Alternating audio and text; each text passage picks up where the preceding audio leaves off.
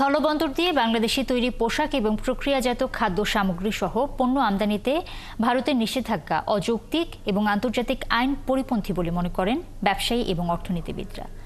তাদের মতে ভারতের আরোপিত এই বাধা দুই দেশের ভোক্তা এবং ব্যবসায়ীদেরকে ক্ষতি করবে, উভয় দেশের সম্পর্কেও তিক্ততা বাড়াবে। নিষেধাজ্ঞা প্রত্যাহারে ভারতের সাথে আলোচনার তাগিদ দিলেন তারা। জাহিদুল ইসলামের প্রতিবেদনে বিস্তারিত।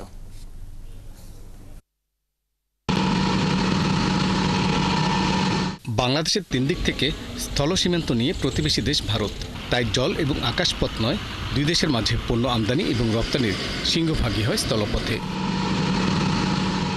এমন বাস্তবতা জেনেও কোনো কারণ ছাড়াই শনিবার থেকে অধিকাংশ স্থলবন্দর দিয়ে বাংলাদেশি পণ্য আমদানিতে নিষেধাজ্ঞা দেয় ভারত। অর্থনীতিবিদরা বলছেন এমন সিদ্ধান্ত আন্তর্জাতিক বাণিজ্য আইনের পরিপন্থী, তবুও সমাধান খুঁজতে হবে পারস্পরিক আলোচনায়। এটা একটা নন টেরিফ ব্যারিয়ার, এটা করা যায় না, সিদ্ধান্তটা সঠিক নয়, সেটাও তাদেরকে জানানো দরকার। তবে এটা ডিপ্লোম্যাটিক প্রসিডিওরে, এটা আসলে আলোচনার টেবিলে দুই পক্ষকে বসেই করতে হবে। ভারত থেকে বাংলাদেশ পণ্য আমদানি করে $9 বিলিয়ন, বিপরীতে রপ্তানি প্রায় $2 বিলিয়ন। ভারতে রপ্তানি হওয়া পণ্যের সিংহভাগই তৈরি পোশাক, কৃষি এবং প্রক্রিয়াজাত পণ্য ও প্লাস্টিক সামগ্রী। এসব পণ্য রপ্তানি হয় দেশটির উত্তর পূর্ব রাজ্যগুলোর স্থলবন্দর দিয়ে, আর এসব স্থলবন্দর দিয়ে আমদানি বন্ধ করেছে ভারত। বাংলাদেশি পণ্য রপ্তানিকারক একটি প্রতিষ্ঠানের বিপণন বিভাগের এই শীর্ষকর্তা বলছেন, ভারতের এমন সিদ্ধান্তে কার্যত দেশটিতে তাদের পণ্য রপ্তানি বন্ধ করে দেওয়া হলো। ইন্ডিয়ার আমাদের টোটাল এক্সপোর্ট হচ্ছে অ্যারাউন্ড $50 মিলিয়ন প্লাস।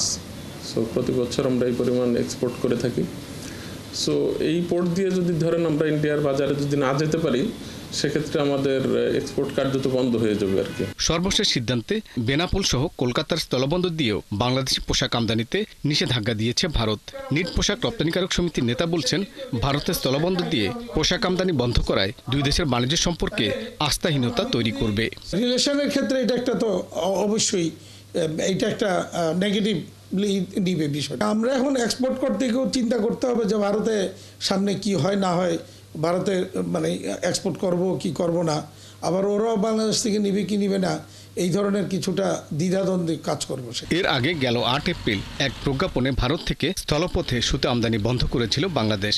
ব্যবসায়ীরা বলছেন, এটিকে ওজোর ধরে ভারত এবার বাংলাদেশি পণ্য স্থলবন্দর দিয়ে আমদানি বন্ধ করে দিল। জাহিদুল ইসলাম, 71, ঢাকা।